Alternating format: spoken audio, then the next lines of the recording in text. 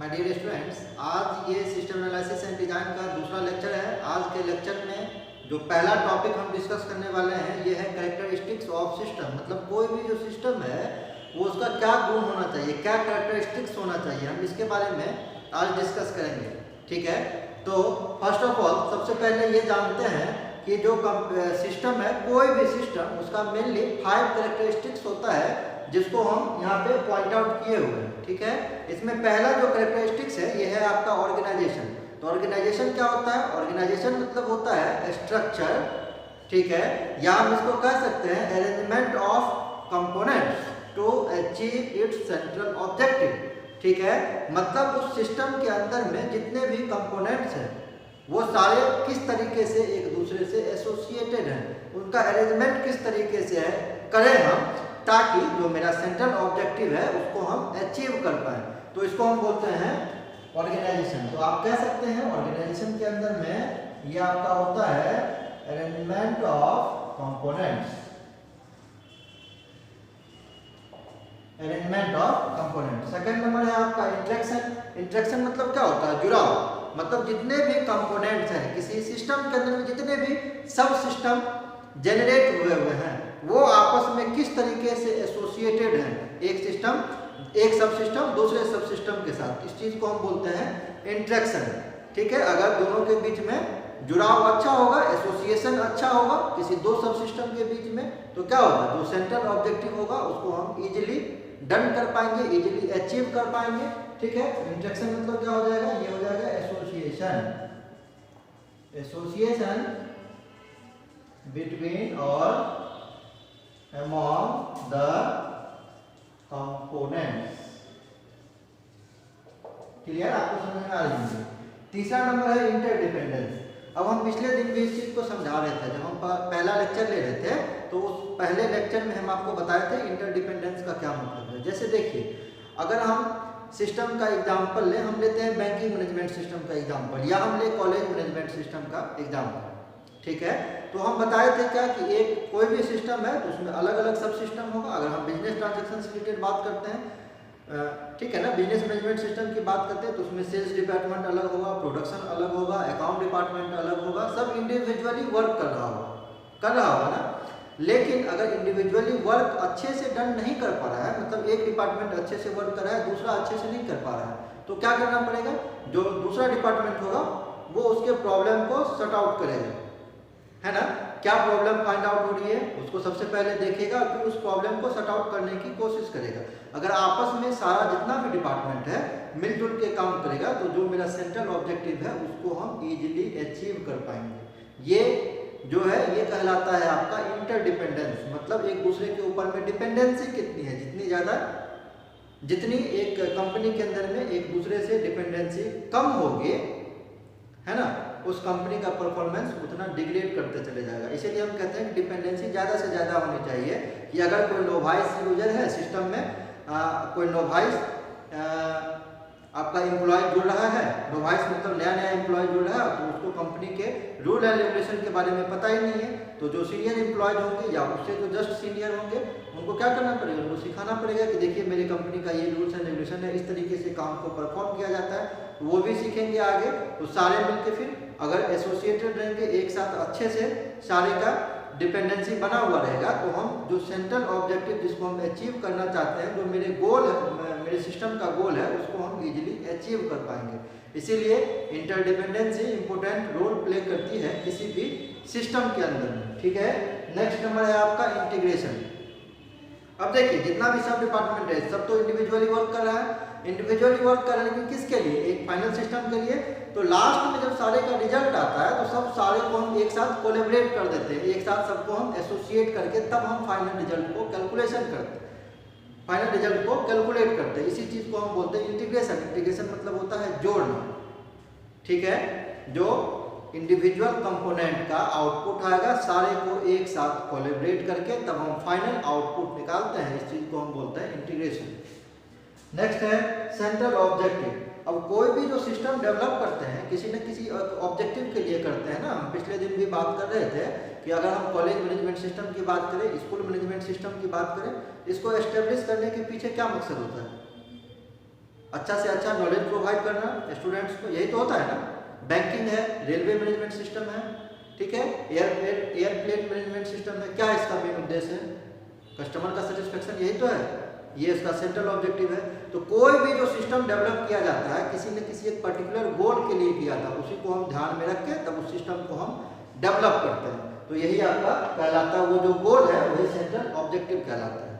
ठीक है, आप ये पांचों टॉपिक को ध्यान में रखेंगे। अगर आपसे पूछेगा कैरेक्टरिस्टिक्स ऑफ सिस्टम, तो पहला नंबर आप ऑर्गेनाइजेशन कहेंगे, second number interaction, interdependence, integration, central objective. I think आपको ये टॉपिक क्लियर हो गया होगा, पांचों को नोट कर लेंगे और अच्छे से एक्सप्लेनेशन खुद से कर लेंगे। अगर किसी को दिक्कत होगी तो आप हमको कमेंट बॉक्स में लिख के बताएंगे, हम आपको प्रॉपर इसका सॉल्यूशन पीडीएफ सॉल्यूशन अवेलेबल करवा देंगे। नेक्स्ट नंबर, सेकंड नंबर जो टॉपिक आपके पास है ये है steps in system analysis and design. मतलब सिस्टम एनालिसिस एंड डिजाइन के अंदर में कितने स्टेप्स होते हैं, कैसे उसको इम्प्लीमेंट करेंगे, हम इसके बारे में यहाँ से पढ़ते हैं। तो इसमें जो पहला स्टेप आपका होगा ये है प्रॉब्लम का डिफिनीशन। मतलब आप अगर आपके पास पहले से कोई एक एग्जिस्टिंग सिस्टम है जिसको आप अपडेट करना चाहते हैं, है ना, मतलब एग्जिस्टिंग सिस्टम पहले से कोई रन कर रहा है, आप चाह रहे हैं कि नया सिस्टम हम फिर से यहाँ पे बिल्डअप करके हम इम्प्लीमेंट करें। ठीक है, तो पहला जो एग्जिस्टिंग सिस्टम है उसमें क्या प्रॉब्लम अकर हो रहा है जिसकी वजह से आप नया सिस्टम इम्प्लीमेंट करना चाहते हैं, सबसे पहले आप इसका डिफिनीशन लिखेंगे। यही है आपका डिफाइन द प्रॉब्लम। पहले वाले सिस्टम में क्या प्रॉब्लम अकर हो रहा है, उस प्रॉब्लम को फाइंड आउट सबसे पहले कीजिए। यहाँ से दो पॉइंट जो सबसे इंपॉर्टेंट पॉइंट है उसको हम डिस्कस करते हैं। पहला है, इसमें हम लिखे हैं what is not satisfactory about the system. जो एग्जिस्टिंग सिस्टम है उसमें ऐसा कौन सा पॉइंट है जो आपके लिए सेटिस्फैक्टरी नहीं है। ठीक है, सेकंड है आपका what is the aim of the system analysis effort. System analysis का मतलब ही होता है प्रॉब्लम का फॉर्मुलेशन करना। आपको हम बताए थे सिस्टम एनालिसिस मतलब ही होता है प्रॉब्लम का फॉर्मेशन करना। तो जो आपका एग्जिस्टिंग सिस्टम होगा उसमें क्या प्रॉब्लम फाइंड आउट हो रहा है, ठीक है, या आप सिस्टम एनालिसिस में क्यों एफर्ट लगा रहे हैं, ये रीजन ढूंढना, ये पहला स्टेप है सिस्टम एनालिसिस एंड डिजाइन का, जिसको हम कहते हैं define the problem. Second number है understand the system and define its boundaries and interface. मतलब जो आप सिस्टम डेवलप करना चाहते हैं उसका क्या लिमिटेशन होना चाहिए, उसका फ्यूचर स्कोप क्या होना चाहिए, उसका बाउंड्री क्या होना चाहिए, उसका हम इंटरफेस कैसे डिजाइन करेंगे एंड सो ऑन एक्सेट्रा, इसके बारे में हम डिस्कस करते हैं। तो यही चीज हम लिखे हैं understand the system and define its boundaries.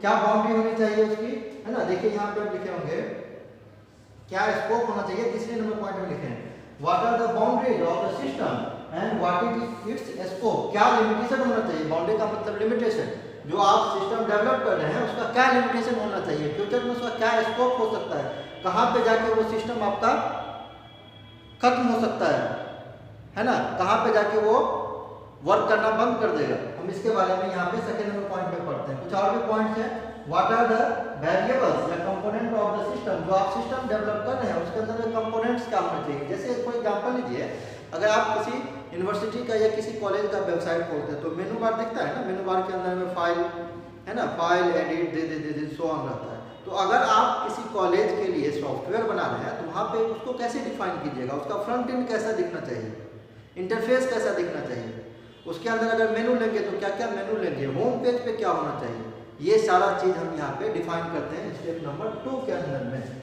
उसके बाद क्या है, हाउ आर द वेरिएबल्स या component related to each other and to the environment of the system.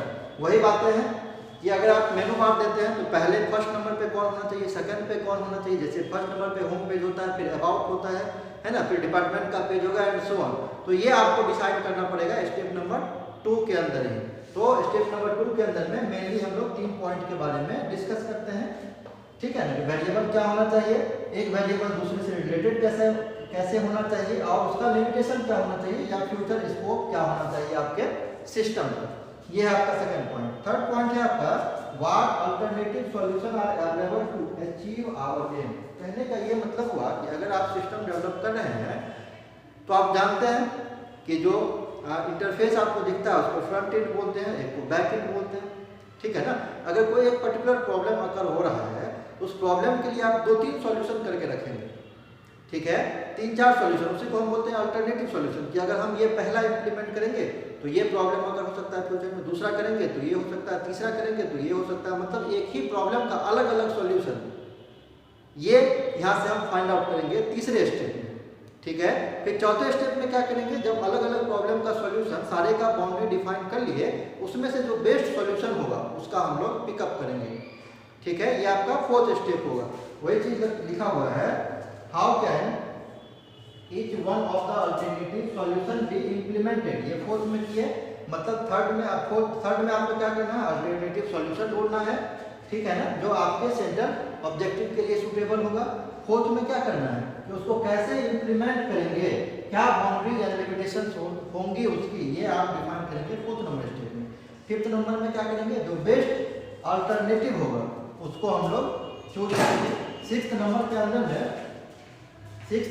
अंदर में लिखा हुआ है implement the chosen alternative solution.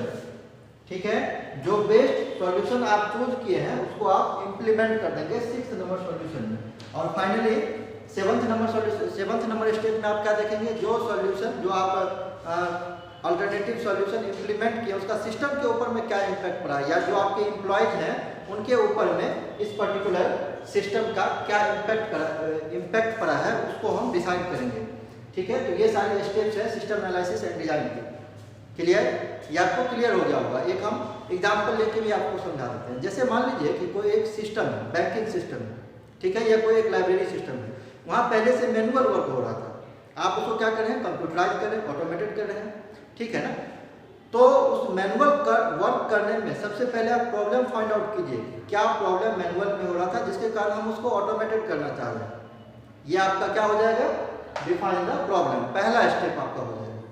Second step आप आइए, जब आपका वो प्रॉब्लम फाइंड आउट हो गया, तब जो आप सिस्टम कंप्यूटराइज सिस्टम इम्प्लीमेंट करने वाले हैं उसके बाउंड्रीज के बारे में सोचिए, उसका इंटरफेस कैसा होना चाहिए, कौन कौन से हम कंपोनेंट लेंगे, ठीक है ना, उसका बैकग्राउंड में कौन सा लैंग्वेज हम यूज करेंगे, ये सारे चीज़ आप डिसाइड कीजिए। ये सेकेंड नंबर में। तीसरा नंबर, जो आपका प्रॉब्लम क्रिएट हो रहा था पहले नंबर स्टेप में, जिसके कारण आप ये पूरा सिस्टम डेवलप कर रहे हैं, उसका और क्या क्या अल्टरनेटिव सॉल्यूशन है। जैसे आप मान लीजिए फ्रंट एंड आप VB.NET में बनाने की बात कर रहे हैं, तो क्या आपके पास और भी लैंग्वेज है, आप PHP में बना सकते हैं क्या, आप HTML में बना सकते हैं क्या, या सो ऑन, जो भी आपके पास लैंग्वेज अवेलेबल है, आप सारे के लिए कैटेगराइजेशन कर लेंगे कि अगर हम VB.NET में बनाते हैं तो मेरे पास फ्यूचर में चल के ये प्रॉब्लम क्रिएट हो सकता है, PHP में बनाते हैं तो ये प्रॉब्लम क्रिएट हो सकता है, सारे आप बाउंड्रीज को डिफाइन कर लेंगे। ये आपका तीसरा नंबर होगा, है ना। तीसरे नंबर में अल्टरनेटिव सॉल्यूशन को निकालना, और चौथे नंबर में क्या इम्पैक्ट पड़ने वाला है उसको निकालना। फिर पांचवें में क्या करेंगे, जो बेस्ट सॉल्यूशन होगा वो उसको पिकअप करेंगे, मतलब जो बेस्ट सॉफ्टवेयर होगा उसको बनाने के लिए उसका हम पिकअप करेंगे, सिलेक्शन करेंगे स्टेप नंबर 5 में। 6th में हम क्या करेंगे, इम्प्लीमेंट करना शुरू करेंगे, पूरा डिजाइनिंग का हम वर्क करना शुरू करेंगे। और 7th नंबर में जब फाइनल आपका सॉफ्टवेयर बनके तैयार हो जाएगा तो उस सिस्टम के ऊपर में क्या इम्प्लीमेंट पड़ा, क्या इफेक्ट पड़ा उसका। जैसे लाइब्रेरी की अगर हम बात कर रहे हैं, तो जब हम ऑटोमेटेड कर दिए और मैनुअल था, दोनों में हम कंपेरिजन करेंगे कि दोनों में बेसिकली डिफरेंस क्या है ना। कंप्यूटराइज करने के बाद हम इस चीज़ को फाइंड आउट करते हैं, या जो भी इम्प्लॉय हम वर्क कर रहे हैं उनके ऊपर में क्या इफेक्ट पड़ा जब हम उसको कंप्यूटराइज कर दिए, तब ये हम फाइंड आउट करते हैं स्टेप नंबर 7 के अंदर में। तो यही पूरा आपका कंप्लीट टॉपिक है, step in system analysis and design. I think आपको ये क्लियर हो गया होगा। इसको पॉज करके सारे को आप नोट कर लेंगे। हम नेक्स्ट टॉपिक की ओर चलते हैं। नेक्स्ट नंबर टॉपिक है आपका फॉर्मल ऑर्गेनाइजेशन। देखिए फॉर्मल ऑर्गेनाइजेशन क्या होता है, अगर हम इसको कॉमन सेंस में बात करें, कॉमन लैंग्वेज में बात करें, तो जब 2 और मोर एम्प्लॉय, 2 या 2 से ज़्यादा एम्प्लॉय एक जगह एक ही पर्पस के लिए इकट्ठा हो और उन सारे के बीच में आपस में लीगल फॉर्मेलिटीज जो भी होनी चाहिए वो सब लीगली मैटर हो रहा हो, तो उसको हम कहते हैं फॉर्मल ऑर्गेनाइजेशन। और वहाँ पे जो इस टाइप के ऑर्गेनाइजेशन के पास अपना rules and set of rules and regulation होता है, पॉलिसीज होती है, जिसको वो लोग राइटिंग में शेयर करते हैं। जैसे आप किसी कंपनी को ज्वाइन करते हैं, तो ज्वाइन करने के समय में बहुत सारी फॉर्मेलिटीज आपको करनी होती है कि कंपनी का रूल्स एंड रेगुलेशन है, आप उसको पढ़ते हैं, फिर नीचे में आप एग्रीमेंट साइन करते हैं। ठीक है, ऑर्गेनाइजेशन क्या कहलाएगा, फॉर्मल ऑर्गेनाइजेशन, जहाँ पे सारे आदमी इकट्ठा हैं एक ही सेंट्रल ऑब्जेक्टिव के लिए। ठीक है, सबका गोल एक ही है, आप रूल से बंधे हुए जब तक आप कंपनी में रहेंगे उसके लिमिटेशन में रह के आपको वर्क करना होगा। अब इसमें क्या है, जो भी डिसीजन लेंगे, ये लेंगे TLM, टॉप लेवल मैनेजमेंट। कहने का ये मतलब है कि कोई भी अगर फॉर्मल ऑर्गेनाइजेशन की हम बात करें या कोई भी ऑर्गेनाइजेशन, तो उसमें स्टाफ के कैटेगरी को 3 लेवल में डिवाइड किया जाता है। पहले को कहते हैं टॉप लेवल मैनेजर, सेकंड को कहते हैं मिडिल लेवल मैनेजर, एक और सबसे लास्ट वाले को कहते हैं ऑपरेटिंग लाइन स्टाफ। जो टॉप लेवल मैनेजर होते हैं ये स्ट्रेटेजिक डिसीजन लेते हैं, आपको हम आगे पढ़ाएंगे, ये स्ट्रेटेजिक डिसीजन लेते हैं, ठीक है ना। स्ट्रेटेजिक डिसीजन कहने का मतलब लॉन्ग टर्म डिसीजन लेंगे अपने पास्ट एक्सपीरियंस के बेस पे। जो मिडिल लेवल मैनेजर होते हैं ये टैक्टिकल डिसीजन लेंगे। टैक्टिकल डिसीजन कहने का मतलब शॉर्ट टर्म डिसीजन, एक शॉर्ट स्पैन ऑफ टाइम के लिए वो डिसीजन लेते हैं। और जो आपके ऑपरेटिंग स्टाफ होते हैं ये डे टू डे एक्टिविटीज को परफॉर्म करते हैं, ठीक है। किसी कंपनी के अंदर में level of hierarchy of staff जो होता है वो 3 होता है। टॉप लेवल मैनेजर जो स्ट्रेटेजिक डिसीजन को परफॉर्म करते हैं, सेकंड मिडिल लेवल मैनेजर जो टैक्टिकल डिसीजन को परफॉर्म करते हैं, तीसरा होते हैं ऑपरेटिंग स्टाफ जो डे टू डे एक्टिविटीज को परफॉर्म करेंगे। जो टॉप लेवल मैनेजर है ये जो भी डिसीजन लेंगे स्ट्रेटेजिक डिसीजन, इसमें 2 आदमी इसका सहयोग करते हैं। पहले है टेक्निकल स्टाफ जो भी होंगे और सेकंड है सपोर्टिंग स्टाफ जो अकाउंट्स वगैरह का काम वगैरह देखते हैं। तो वही चीज कहा हुआ है यहाँ पे, जो फॉर्मल ऑर्गेनाइजेशन होगा उसमें जितने भी set of rules and regulation बनेंगे, जितने भी पॉलिसीज बनेंगे, जितने भी लीगल फॉर्मेलिटीज होंगे, ये सब डन किया जाएगा टॉप लेवल मैनेजर के थ्रू। अब इसमें है टाइप्स ऑफ फॉर्मल ऑर्गेनाइजेशन, इसमें हम लोग इसका कैटेगराइज किए हुए हैं 5 टाइप से। पहला है लाइन ऑर्गेनाइजेशन, सेकंड नंबर है लाइन एंड स्टाफ ऑर्गेनाइजेशन, तीसरा है फंक्शनल ऑर्गेनाइजेशन, फिर है प्रोजेक्ट मैनेजमेंट ऑर्गेनाइजेशन और पांचवा है मैट्रिक्स ऑर्गेनाइजेशन। हम अगले क्लास में, आगे की क्लास में इस सारे टाइप्स ऑफ फॉर्मल ऑर्गेनाइजेशन के बारे में भी पूरे डिटेल्स में डिस्कस करेंगे। अभी पर पढ़ने के लिए यहाँ पांचों का नेम बस आपको याद रखना है, line and staff, functional, project management और मैट्रिक्स ऑर्गेनाइजेशन। आई थिंक आपको ये फॉर्मल ऑर्गेनाइजेशन भी क्लियर हो गया होगा। फॉर्मल ऑर्गेनाइजेशन बस कुछ नहीं है, अगर एक वर्डिंग में हम कहें तो जब 2 या 2 से ज़्यादा एम्प्लॉय या पर्सन एक ही जगह पे एक कॉमन गोल के लिए इकट्ठे होते हैं और उनके बीच में जो भी बॉन्डिंग होगी, जो भी चीज होगा, वो सारा काम लीगल में फॉर्मेलिटीज पूरी की जाएगी। तो ऐसे ऑर्गेनाइजेशन को हम लोग फॉर्मल ऑर्गेनाइजेशन कहते हैं। That's it. Next number topic है आपका इनफॉर्मल ऑर्गेनाइजेशन। तो इनफॉर्मल ऑर्गेनाइजेशन क्या होता है? ये एक फॉर्मल ऑर्गेनाइजेशन के अंदर ही एक सब पार्ट होता है। फॉर्मल ऑर्गेनाइजेशन का ही एक सब पार्ट होता है इनफॉर्मल ऑर्गेनाइजेशन। इसमें क्या होता है? Interpersonal relationship between individual working and enterprise. जैसे एक फॉर्मल ऑर्गेनाइजेशन के अंदर में अलग अलग लेवल पे अलग अलग स्टाफ वर्क कर रहे हैं, तो उनके बीच के डिपेंडेंसी कैसी है, उनके बीच में कैसा एसोसिएशन है, एक दूसरे से कैसे जुड़े हुए हैं, ठीक है।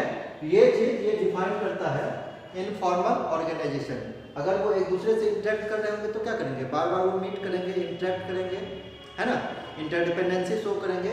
ये सारी चीजें हैं इनफॉर्मल ऑर्गेनाइजेशन के अंदर। आपको इस फिगर से क्लियर हो जाएगा। यहाँ पे फिगर हम बनाए हुए हैं line of authority in a formal setup. जैसे अगर हम किसी भी कंपनी की बात करेंगे तो सबसे जो टॉप लेवल मैनेजमेंट में बैठे हुए होते हैं वो डायरेक्टर लेवल के एम्प्लॉय होते हैं। सेकंड नंबर अगर हम सेकंड लेवल ऑफ स्टाफ आते हैं, ये सबसे टॉप हो गए। सेकंड लेवल ऑफ स्टाफ आते हैं तो ये डिप्टी डायरेक्टर होते हैं। जैसे अलग अलग सब डिपार्टमेंट बना हुआ है तो डिप्टी डायरेक्टर सेल्स के होंगे, अकाउंट्स के होंगे, प्रोडक्शन के होंगे एंड सो ऑन। अगर और भी डिपार्टमेंट है और भी हम उसको अडॉप्ट करते चले जाएंगे।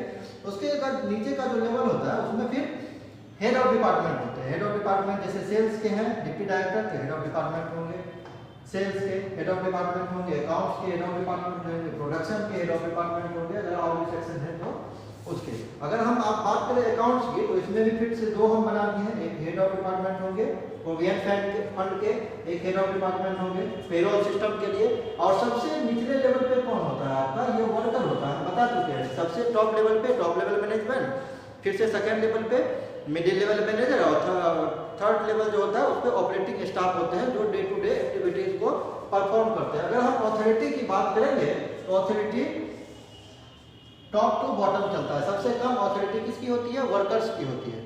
उसके बाद सेकंड लेवल पे डिपार्टमेंट हेड की, फिर से डिप्टी डायरेक्टर आएंगे और सबसे ज्यादा पावरफुल डायरेक्टर होंगे, ठीक है। यहाँ पे हम आपको बता रहे थे इनफॉर्मल ऑर्गेनाइजेशन। अगर आपसे पूछेगा इनफॉर्मल ऑर्गेनाइजेशन तो क्या कहेंगे, ये फॉर्मल ऑर्गेनाइजेशन का ही एक सब पार्ट होता है, जिसमें ऑर्गेनाइजेशन के अंदर ही एक दूसरे के रिलेशनशिप की हम बात करते हैं, एक दूसरे के हम एक दूसरे मतलब जितने भी एम्प्लॉयज है उसके हम डिपेंडेंसी की बात करते हैं एंड सो ऑन। ये फिगर आप पॉज करके ये फिगर आप नोट कर लेंगे, ठीक है। अब हम इसके बीच में फॉर्मल ऑर्गेनाइजेशन और इनफॉर्मल ऑर्गेनाइजेशन के बीच में बेसिकली क्या डिफरेंसेस हैं उसके बारे में हम यहाँ से डिस्कस करते हैं।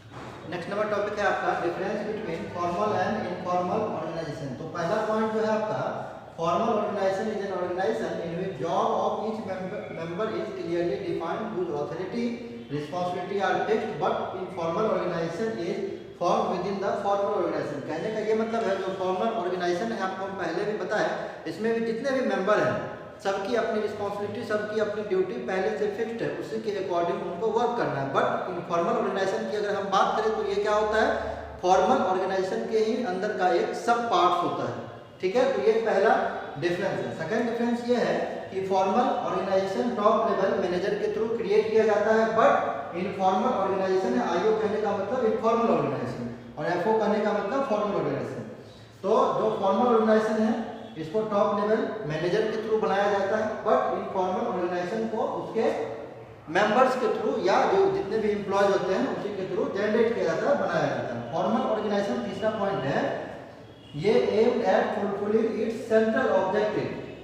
जो फॉर्मल ऑर्गेनाइजेशन होता है वो सेंट्रल ऑब्जेक्टिव को ही ध्यान में रख के डिसाइड किया जाता है कि कौन से एम्प्लॉयज हैं, उनकी क्या ड्यूटी है, क्या उनकी रिस्पॉन्सिबिलिटी है, उसको वो अच्छे से डन करें सेंट्रल ऑब्जेक्टिव के अकॉर्डिंग। बट जो इनफॉर्मल ऑर्गेनाइजेशन होते हैं उसके अंदर में ये क्रिएट किया जाता है सोशल या साइकोलॉजिकल नीड के अकॉर्डिंग। अगर हमारे साथ किसी एम्प्लॉय की बॉन्डिंग अच्छी है तो रिलेशनशिप आगे तक खींचेगा, अगर बॉन्डिंग खराब है तो रिलेशनशिप वहीं पे खत्म हो जाएगी। मतलब साइकोलॉजिकल नीड के अकॉर्डिंग यहाँ से बॉन्डिंग क्रिएट होती है। नेक्स्ट नंबर है फॉर्मल ऑर्गेनाइजेशन परमानेंट होते हैं। परमानेंट कहने का मतलब एक लॉन्ग पीरियड ऑफ टाइम के लिए घिसता है। जो हम बात कर रहे थे स्ट्रेटेजिक मैनेजमेंट की, जो टॉप लेवल मैनेजमेंट के थ्रू क्रिएट होता है, वो जो भी डिसीजन लेंगे एक लॉन्ग स्पैन ऑफ टाइम के लिए लेंगे, 5 साल 10 साल टेन्योर लंबा होगा। लेकिन इनफॉर्मल ऑर्गेनाइजेशन के थ्रू जो भी डिसीजन होंगे वो टेम्पोररी इन नेचर है ना, वो टाइम टू टाइम वैरी करते रहेगा। वही आपका फोर्थ पॉइंट है। फिफ्थ पॉइंट है फॉर्मल ऑर्गेनाइजेशन का जो साइज होगा वो हमेशा इंक्रीज करते रहेगा। कंपनी में एम्प्लॉयज हमेशा इंक्रीज करते रहेंगे अगर कंपनी की कैपेसिटी बढ़ती है तो। बट जो इनफॉर्मल ऑर्गेनाइजेशन होगा उसका साइज हमेशा ही छोटा ही होगा, क्योंकि इसमें पर्टिकुलर का इंटरेक्शन एक पर्टिकुलर के साथ हो रहा है। तो इनफॉर्मल का साइज हमेशा छोटा होगा in comparison of formal organisation. तो आज का ये टॉपिक यहीं तक था, आप इसको अच्छे से नोट कर लें। ज़्यादा से ज़्यादा मेरा वीडियो अगर आपको अच्छा लगे तो लाइक एंड सब्सक्राइब जरूर करें चैनल को और ज़्यादा से ज़्यादा शेयर करें। मिलते हैं नेक्स्ट वीडियो में, तब तक के लिए थैंक यू।